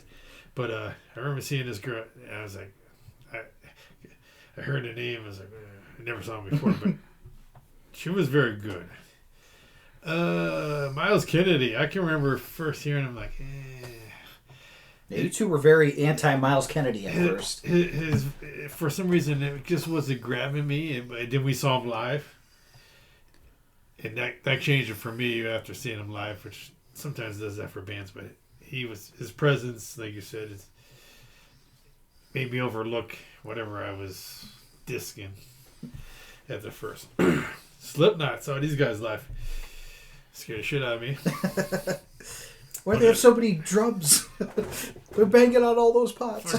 People were back and forth and vroom, vroom on each side. And like, it was a very busy. So, I mean, Slipknot, this song I like for, say, Slipknot vocals. So I remember when he first came out, Stone Sour, I was like, who the fuck are these guys? I was like, these are good. And then, Very different. Then I found out it's the same guy from Slipknot. I'm like, how the fuck? You know what I mean? How's he singing that and singing that? And now he's singing him like Melodic shit. Yeah, melodic stuff. I was like, I just really become a fan of him so much. And Hailstorm, seen him many times. You want to talk about vocally powerful? I mean, she could sing soft to fucking like the highest. And were you with her one time we saw him? I never saw. You never saw him? No. Okay. I've seen him twice.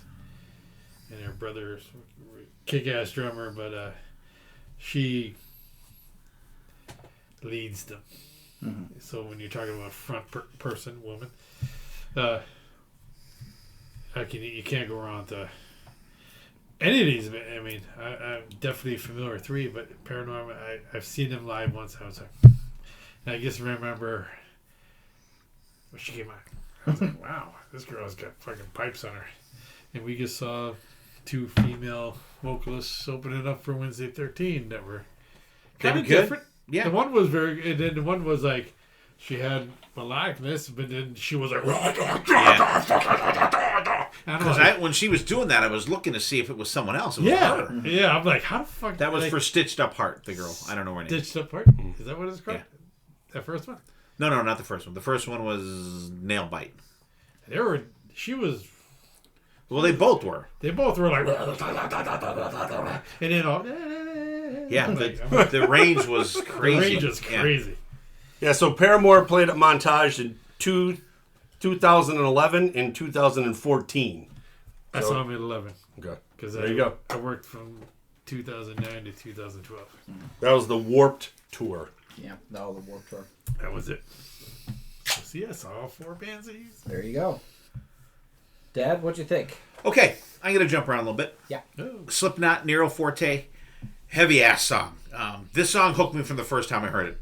I want to say maybe on Octane I heard it. I think maybe we were together, Dylan. Yeah, I think we heard Octane. that. We're like, holy fuck. When that melodic part, and then he whatever he says, I had to look up the lyrics. I'm like, wow, how can you fucking sing that? And like, because it sounds like he's not singing anything. Yeah. But then when you pull up the lyrics on the phone, it's like, yeah, he's singing what that says, and it's like, holy shit. Crazy song. I love it. And there's some cool panning on that song. Heavy ass song. Like I said, I love that. And then fucking crazy good. And like you said, the Stone Sour stuff, we saw them live with Stone Sour. And they're done, right? Stone Sour's done, aren't they? I thought they announced they were done. Because I think he's doing like Corey Or Taylor the solo stuff, yeah. Yeah. He's And been the doing- solo stuff is really good too. The solo stuff is good. That's real good. Corey motherfucking Taylor. Yep. Motherfucking too. Are you related to him? I might be. Okay, I'm just saying. I think that's a fun song. I've been hooked on that one forever. Shadow Life from Slash featuring Miles Kennedy and the Conspirators. I'll give it. BC. I didn't hear one from BC tonight, but Slash and like Shadow Life is one of those songs for me that's like like Metropolis from Motorhead or like Blood Brothers from Iron Maiden. There's a couple songs where I first hear it and I'm like, oh, this song again. But then when they start playing, I'm like, why do I feel like that when I first hear the song? Because like the riff is great in it. I think it's just the chorus that I don't like in this song. But me and BC, we were kind of simpatico in that. Like, I was, if you're a vintage listener to this podcast, you know that I was totally anti Miles Kennedy. I could take him for maybe 2 songs and I'd be out. And it was one of them things where it just clicked when the Living the Dream album came out. I got that and I was like, wow, now I get it. But Dylan had a great point too, that he does let other people in the band do stuff. Well, pretty much Todd sing other stuff. And every time I see Todd, I saw him on Monsters of Rock Cruise. I'm like, dude, you getting a vocal on this album? He's like, I don't think so, dude. I'm like, come on. I'm like, every time I see him, I'm like, you need to sing a song on the Slash album. And that's no dig on Miles, but I mean, he sings live, so why not give the guy I would love to hear a Todd vocal on a Slash album. Do it, kids. But Miles, fun frontman. We've seen them, I want to say 3 times now. I think we've seen Slash with Miles. And the thing I like the best now about seeing them, they don't do any Guns N' Roses shit anymore. That's one of my favorite aspects of seeing those guys. Nothing against Guns N' Roses, but like they have so much material where they don't need to do them, and they have that following. I personally prefer Slash, Miles, and the Conspirators over Guns N' Roses any day. I'll take that any day now. Hell yeah. And you may hear a Slash featuring Miles Kennedy and the Conspirators episode coming up sometime this year. I'm just saying it could happen. And just fantastic. And it's cool too because Miles also plays guitar. In Miles' solo album that he put out, is it this year? Or it might have been late last year or early this year. Absolutely fantastic. And on that album, Miles plays everything except for the drums on that solo album that he put out. Hugely talented guy. And I'm not really that familiar with the Alter Bridge stuff. But and that's a band kind of in the vein for me, like Avenged Sevenfold. When I hear something like, shit, that's great, I need to listen to more of it. But for some reason, I never do. Probably because there's so much other stuff coming out. But they're another band I need to do a deep dive into. Hailstorm, Love Bites, So Do I. Great song. I love that. What this song reminds me of is what I really like about some of the Foo Fighters songs, where it's vocals, and then when they do that screaming, like she does that screaming, and I love when Dave Grohl does that too. I kind of equate those two, but I was surprised that none of you guys mentioned that. She does play guitar in Hailstorm, but she fronted Skid Row for some shows. Oh, that's right. I forgot about that. Right? So there was no guitar Lizzie. It was Lizzie front woman, front person, front man, whatever you want to call it, for Skid Row. And I want to say, I think Sonny was at one of those shows, and he said she was great. And I saw videos from it. I thought she was fantastic, very engaging to the crowd. And she was, I won't say she was thrown in there, but she didn't have a lot of lead time to do those shows. Yeah, it was a fill-in show, and then people were like, "Oh, she's gonna be a new singer." Like, she's not gonna be. Hailstorm is way bigger than Skid Row is at this time, by miles. But from what I saw from those shows, she did fantastic. She did great. It was cool hearing her sing those songs. Yes, her voice is fantastic. She plays great guitar. I thought she was great.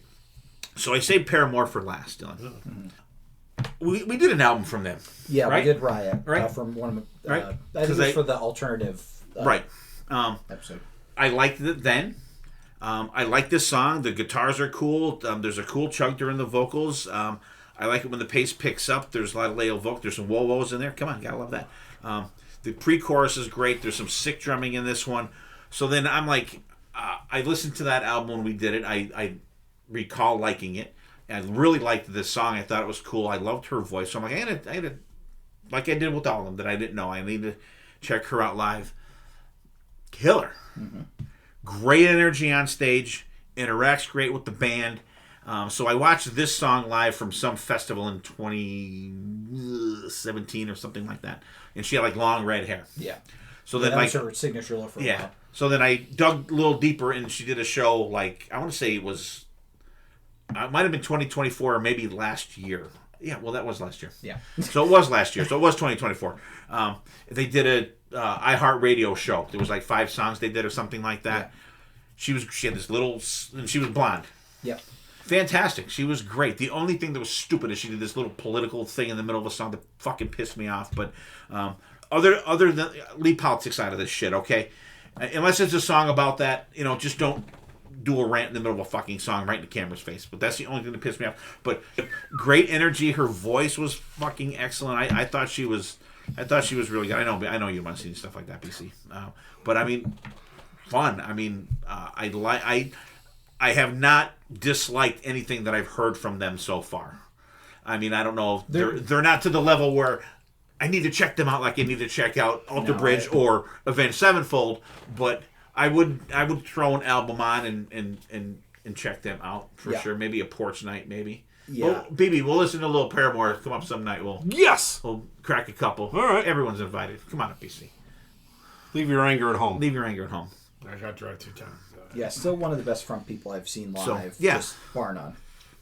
When I saw her, I didn't even have a visual. I just heard. I'm like, wow. She's got a great voice, great yeah. range. I thought she was cool. Although I do prefer the long red hair over the short blonde hair. Yeah, she used to the orange hair was like her iconic look, like from Riot onto Brand New Eyes and stuff. Oh, okay. Like that was what she was known for. Oh, okay. And then she I started don't know dyeing her history. hair. Like I think it was like blue when I saw her. It was like this kind of like teal, and like she's kind of changed it each time. Okay, nothing wrong with that. Yep. Yeah. All right, now, BB, you're last, buddy. What do you got for us? Alrighty. I just picked some guys that checked out a little bit earlier than expected. Pretty much, what could they have done if they have not checked out? It's almost like a what if list in a way. Because these guys were pretty much in their prime almost.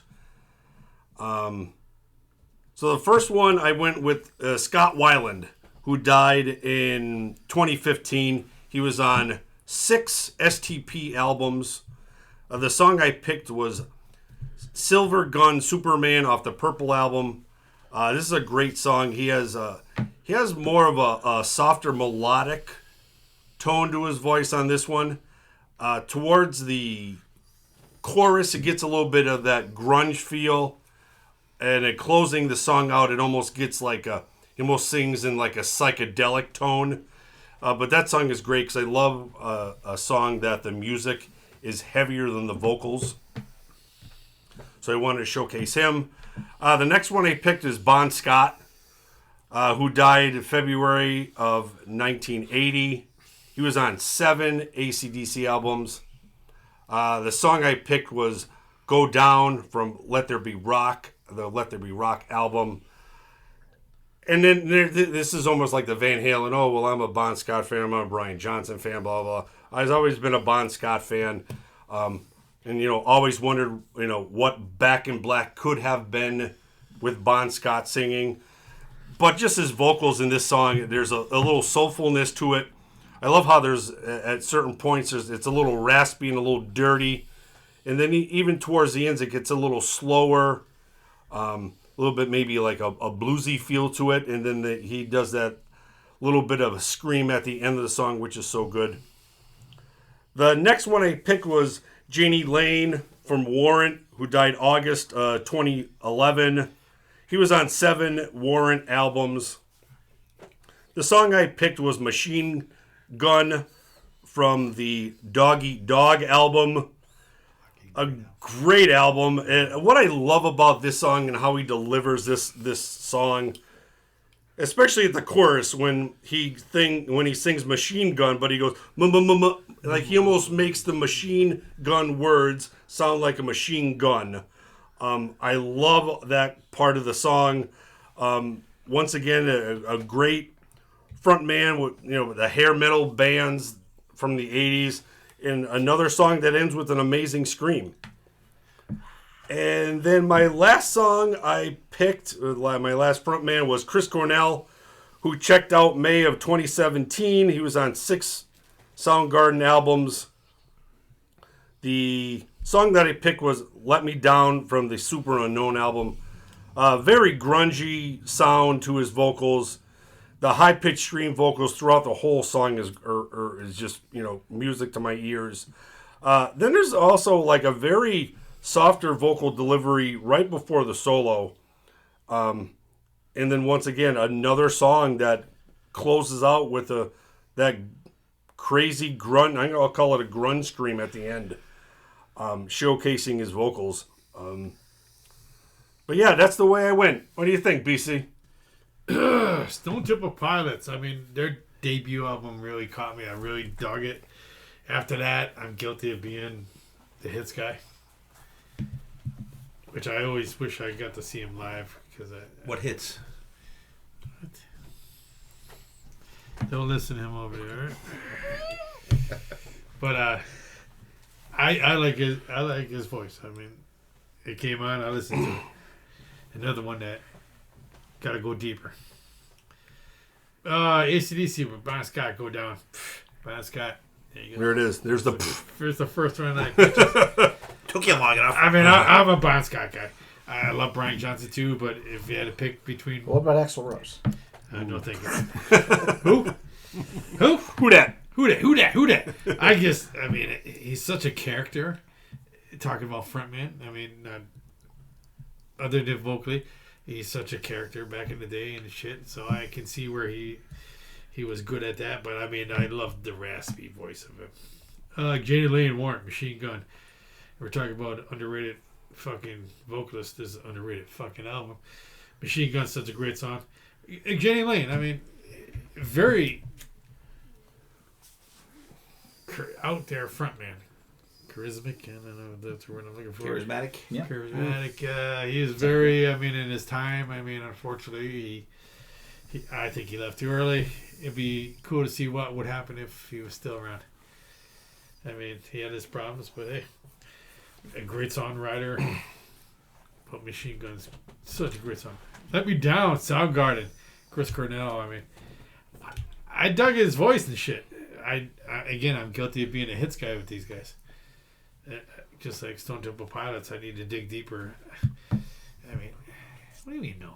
No, you don't. Again, people dug deep enough. Don't listen to him over there. Hey, they're in the Hall of Fame. You'll never see that Avatar band in the Rock and Roll Hall of Fame. Yeah, Soundgarden avatars are coming. Come on. Jackal's not in the Hall of Fame. You didn't know that Pop House just bought Soundgarden's shit? There you go. Oh. Easy. Break it up, everybody. But I like these 4 guys. Yep. Good list. All right, ready. All right, I love these 4 guys, but they are in no way, shape, or form underrated frontmen at all. But I'm going to talk about them anyways. All right? I'm going to talk about them anyway. All right, so I'll start with Go Down from AC/DC, Bon Scott. This is the first AC/DC album that I bought besides Back in Black. This was like the second album I had from these guys. And I always liked I thought Go Down was always a great song. Solid. The chorus is basic, but it's like it grabs you. Hearing those guys, like Malcolm's background vocals they're so just there for this kind of stuff. I wish this is one of the type AC/DC songs that I wish that they continued to do after flicking the switch on. The last 2 albums were better than the last 4 before that, I think. Let's see, where am I going next? STP, Silver Gun Superman. Heavy song, kind of boring. I do like the talk box. I like the production on it. The leads really stand out with that one part where the leads are there and they're like moaning background vocals. That's the kind of shit that I don't like about this stuff. I've only seen one of these singers live, which I'll get to next. But I always thought that Scott Weiland had this slithery feel to him, like Yeah. when Axl does that thing. But he had more. I think he had more of that. He maybe because there was more heroin in his system. I don't know, but this one was okay. We have to go there. I don't think I heard this song before either. I'm gonna go to Warrant next. I've seen Janie Lane a couple times live. I thought he was a great front man. No way in shape or form underrated. Although I think he was underrated as a songwriter, though. I really think he was underrated as a songwriter. Although those ballads just fucking kill me. They just fucking kill me. But Machine Gun is probably a top 3 Warrant song for me. Absolutely love it. Heavy as fuck. But you're getting the balance nowadays. No, I know. Not I know. necessarily back in Janie Well, Lane because days. they weren't played all accumulated. That's why. Yeah. You know? But and I didn't realize he had passed away that long ago. There's actually. like 12 ballads on Cherry Pie alone. No, they don't do them live. Yeah, but I love Machine Gun. Just like that heavy riff is just freaking killer. And actually, it's a very even though Dog Eat Dog is probably the heaviest you're gonna get out of Warrant, but even this song is even heavy for that. I think it's probably their heaviest song, and maybe that's why I like it so much. Really enjoyed it. Soundgarden, Let Me Drown. I don't think I've ever heard this song before. Let Me Down. Chris Cornell. Is it drowned. Let Me Down? Is it drown or down? It's Down. Down. It's drowned. It's drowned. It's drowned. Right? It's drowned. Oh yeah. Yeah, it's drowned. Yeah. No, you're right. Let Go me ahead. drown. No, we're wrong.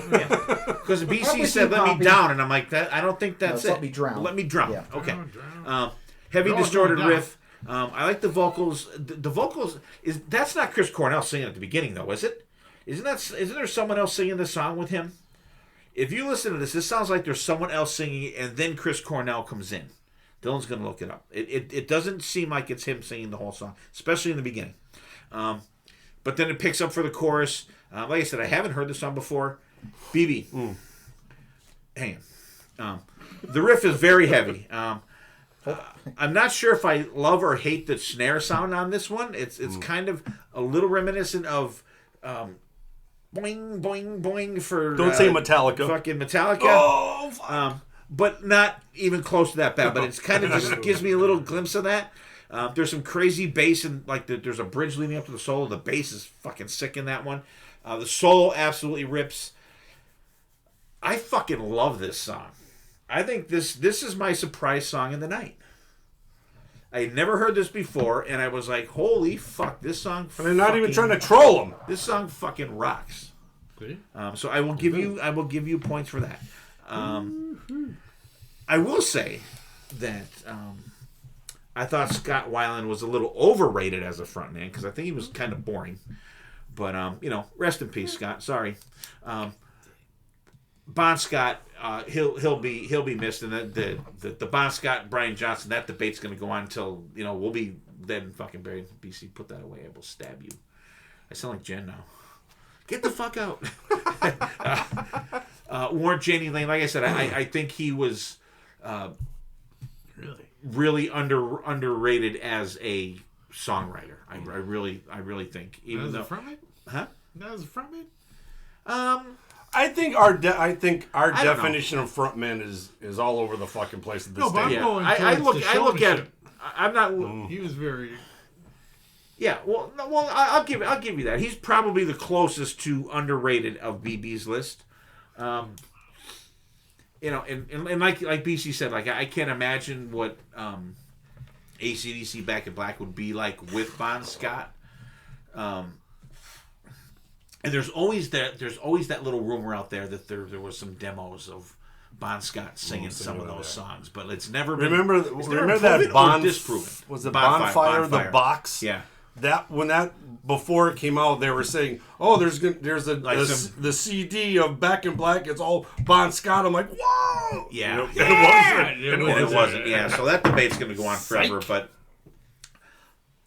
I didn't like the STP song, but the other ones, Go Down. I've loved that song since I first heard it. Machine Gun, one of my favorite songs, and Let Me Drown was my Surpriser. kick-ass surprise song of the night. That one I would put that song on a playlist. Beat. Wow. Damn. All right, Dale, what do you think? Well, there's another birthday album in the in the list. Yeah, huh? Easy. I think BB Baby fit steps. I think BB fit the criteria perfectly. It's 6 feet under, rated frontman. There you go. They're perfect. Ta-da! Ta-da! Thank you. You're not helping, Dylan. Scott Weiland, also of Velvet Revolver. Nobody else That's mentioned true. in that. Oh, yeah. I liked him better with them. I think he is a very good front man. I thought that like he did have that like the energy to perfectly fit the band. I totally forgot about Yeah. Revolver. Mm-hmm. You did. I did. Bon Scott. I mean, yeah, Bon Scott just has that. Like you meet him in the bar and he's like telling you a story vibe. You know, like he's like that fun guy at the bar that like you'll shoot pool with or throw darts. Charisma. And like you'll just be like, man, I just met the coolest dude at the bar. And like he's like he could be on a stage in front of like thousands of people, and you Well, that's like, and he'd be the guy you'd be talking to in the bar. Then he would get up on stage Yeah. and he'd be the guy singing. You're like, Yeah, holy exactly. Janie Lane, I think, has kind of a similar like kind of vibe, but different, if that makes sense. Like I think it's a more put together vibe than Bon Scott, but still like kind of that like fun connection. Chris Cornell, also of Audio Slave.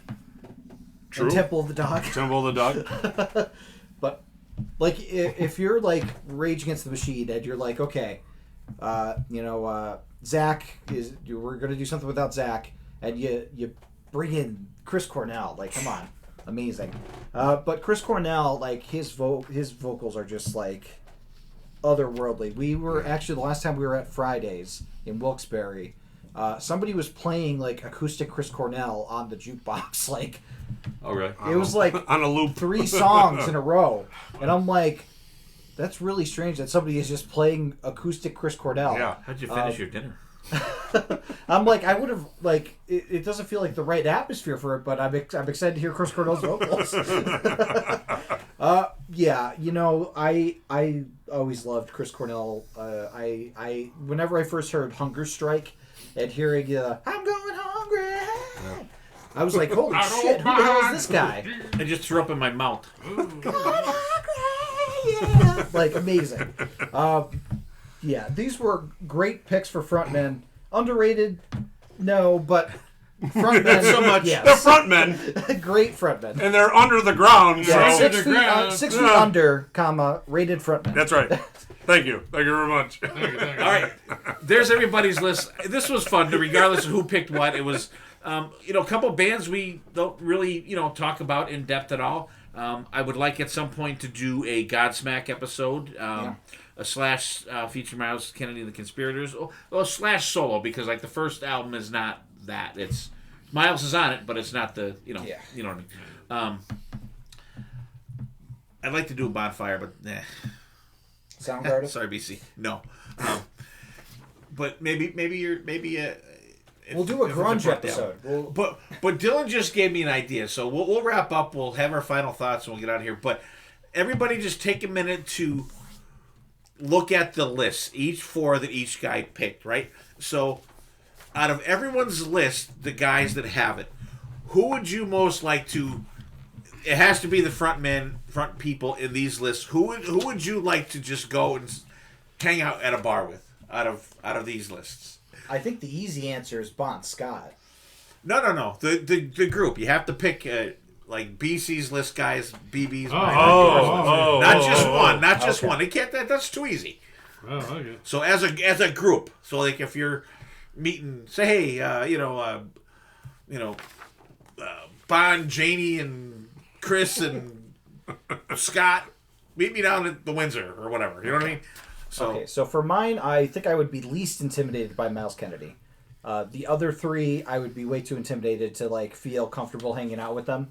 Like Corey Taylor with Intensity, and then Haley and Lizzie. I would feel like I was bothering them, so I don't want to bother them.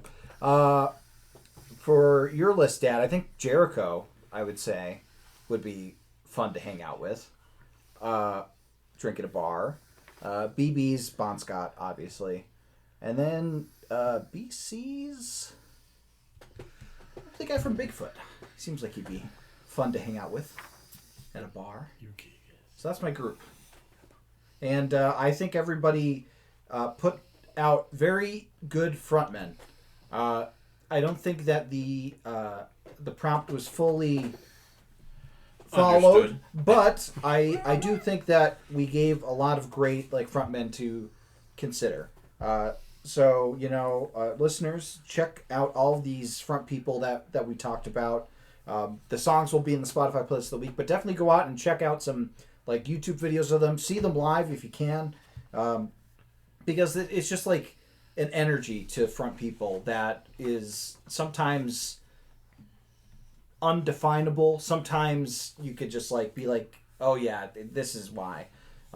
Whether it's good vocals or just presence on stage or moves, there's a lot of things that make a good front person, and I think that we all kind of captured different aspects that kind of make that special magic, and not everybody comes at fronting a band the same way, and I think everybody's choices kind of showcase that. So great job, everybody. All right. BB, Yeah, who do you want to hang with? Well, for what I want to hang with. All right. So we're picking one from each. Yeah. I will. BC, I don't know who I'm fucking hanging out with your guys because I don't know. I'm just gonna hang out with BC. I think I'll go with James Michael from 6 a.m. Dylan, I got a little something for Haley Williams. I think I like to hang out with her, and if she wants to go to a bar, go for dinner. She could probably go one for one for you. She would probably drink me under the table. Wright, yours is tough. It's either Jesse or Jericho. I think I go with Jesse. I think we get the chainsaws together and start cutting some shit and having some from Back Mountain Jesse James whiskey. I think I'd like that. That'd be a fun time. Yeah, everybody had a great list, and kind of like I Who do kind you want to of hang with from your list? mine. Yeah. Oh boy. I mean, it's impossible, but You're not going to be able to. Well, if they were around. You don't want to hang with them. Yeah. I think I'd really like that hang with Chris Cornell. Okay. All right. Yeah, I these were great lists, and I think like I said before, there's almost there's a fine line of frontman or a vocalist. If you think honestly, Jesse James Dupree, he gets a chainsaw out, he cuts a fucking thing off, he shoots the gun off of his mic stand, like that frontman, or you have even somebody it's crazy, say Gene Simmons, is he the frontman kind of, 60-40, we'll give him 40%. He will be in a week. He's flying. He's flying up. He's spitting blood. He's spitting fire. I think there's a different. You got Elton John back in the 70s. He came out with platforms and feathers and Donald Duck costume. Yeah, is that the front man you were looking for, or the front man vocally? I think there's a fine teetering line between front man, like what people think of front man is, but these are some great lists. The music on these lists are great. A lot of deep tracks. Not big hits, especially BC's. Nobody heard any of the BC songs. But yeah, this was fun. I just like I said, maybe I think I may have taken this one in the wrong direction. But they are under Something. ground. Yeah, true. What do you got, BC? All right. If I had to handle with somebody off Dylan's list, definitely Corey Taylor. If I hand off somebody off of Steve's list, Jesse James. BB's list, Bon Scott. Come on. And in my list, I'm such a Ron Taylor nerd, so it'd definitely be Ron Taylor. Family, that's why. Your Uncle Ron. Family, yeah. I gotta keep Cousin Ron. Cousin Ron. But this is cool. I mean, a lot of different. I don't know. When I looked at this episode, underrated frontman, that's the person that's singing. So that's what I went off for.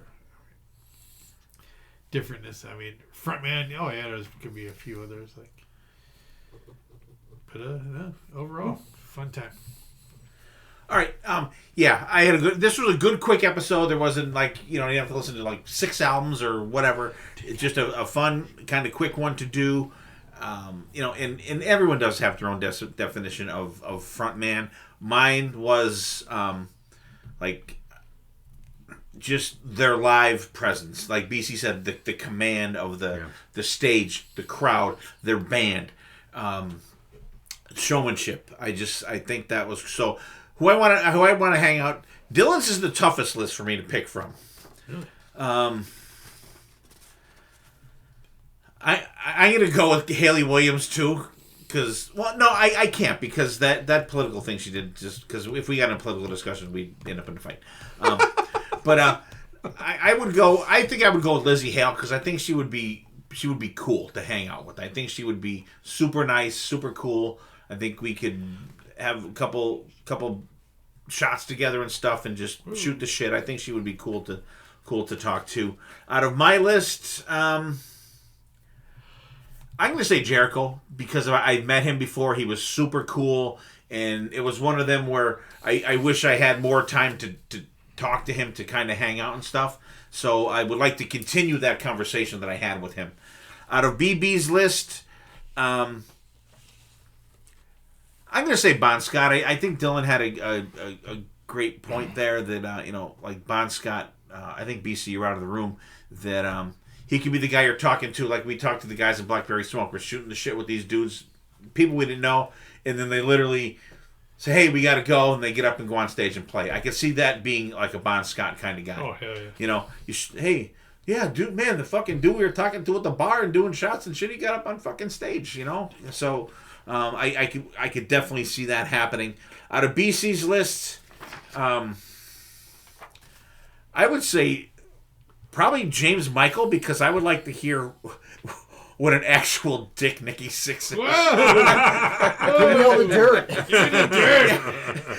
That's why I think I would like to talk to him the most. How do you work with that asshole? Either that or Ron Tiller because I would like to see how he has his PFA structured about BC, how he's not allowed to come near him, just to see how that all worked out for him. Could you help me work out mine? Yeah.